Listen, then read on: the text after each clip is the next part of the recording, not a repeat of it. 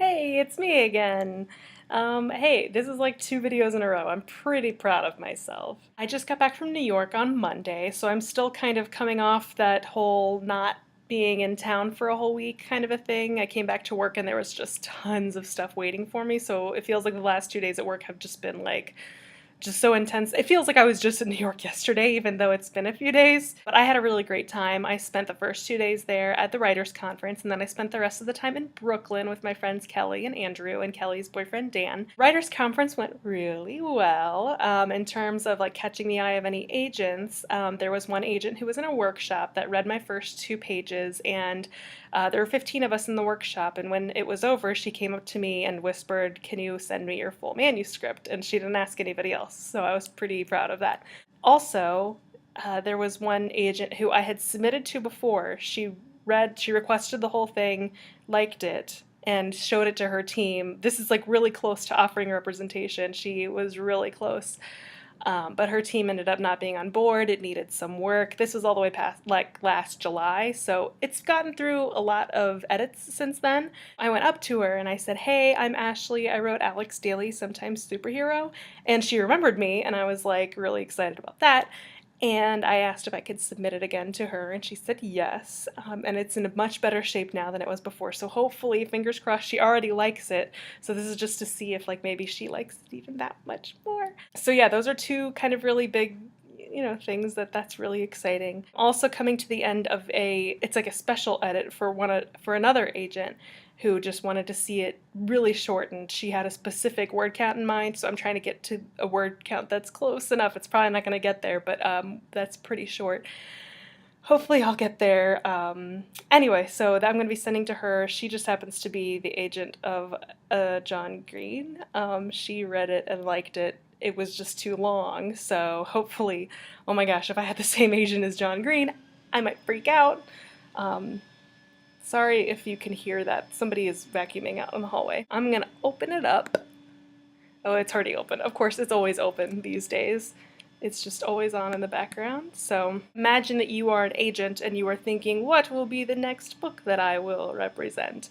It's not easy being a superhero with a different power every day and a 9 o'clock bedtime every night.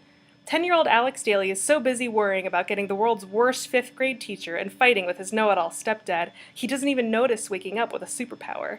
It's not until he drastically affects the outcome of the great egg drop at school that Alex discovers that he has telekinetic powers. Though the source is unknown, Alex and his best friend Melanie see the potential of his gift and they secretly begin saving lives and planning for future heroics. But the next day, his telekinesis disappears. A different power takes its place, which Alex must rediscover and learn to use all over again. On a quest to make sense of his here today, gone tomorrow powers, Alex and Melanie head to the local university where they uncover a plot to sabotage Alex's stepsister's scientific research. Soon they have a surly police officer on their tail, strange information about Alex's long-absent biological father, and a buried box that contains the mystery of a criminal that only a superhero can capture.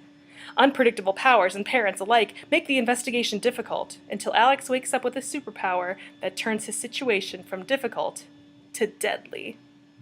Ha ha ha ha ha. Oh look, now it's quiet. Lizzie asked, what TV shows do I watch that I love? So I am not ashamed of the fact that I love Game of Thrones. I started watching this after, I don't know why I started. I think it's because my friend Andrew, who I saw in New York, he just was in love with Game of Thrones, and I was like, maybe, and he's like, no, just, you like it. So I started watching it, and it was like, I was in it to win it immediately. So I just love the story. I'm not gonna lie, that's a little like sexy, like a little bit too much. Like, I like naked people as much as the next person, but it's a little gratuitous at times. But that's just Ashley the prude talking. Addie, I did watch yours, and you said something about like a hoodie that I had left there at your house or that I had given you. I want to see this hoodie. Can you just like show it to me so I can remember what hoodie it is that I'm missing that is no longer in my life? Yeah, Lizzie, you asked about other movies to look forward to, and I think you should be cautiously optimistic about Ender's Game, the movie. I really love Ender's Game. It was one of the books that got me writing. I love Orson Scott Card's writing, and he is a really good teacher of writing. He may not be like the best person in the world, but whatever, he taught me how to write, so whatever. I think there are like 3 punishments we need to dole out, so I think people should start submitting their ideas for punishments. I'm not good at doling them out because I know that I will be in the receiving end sometime, so I will not dish out anything bad. But if anybody has any ideas, just go ahead and put it down below. Sorry, I keep moving. This is not bad. Ah, I'm in Star Trek. I'm in Star Trek. And with that, I'm done.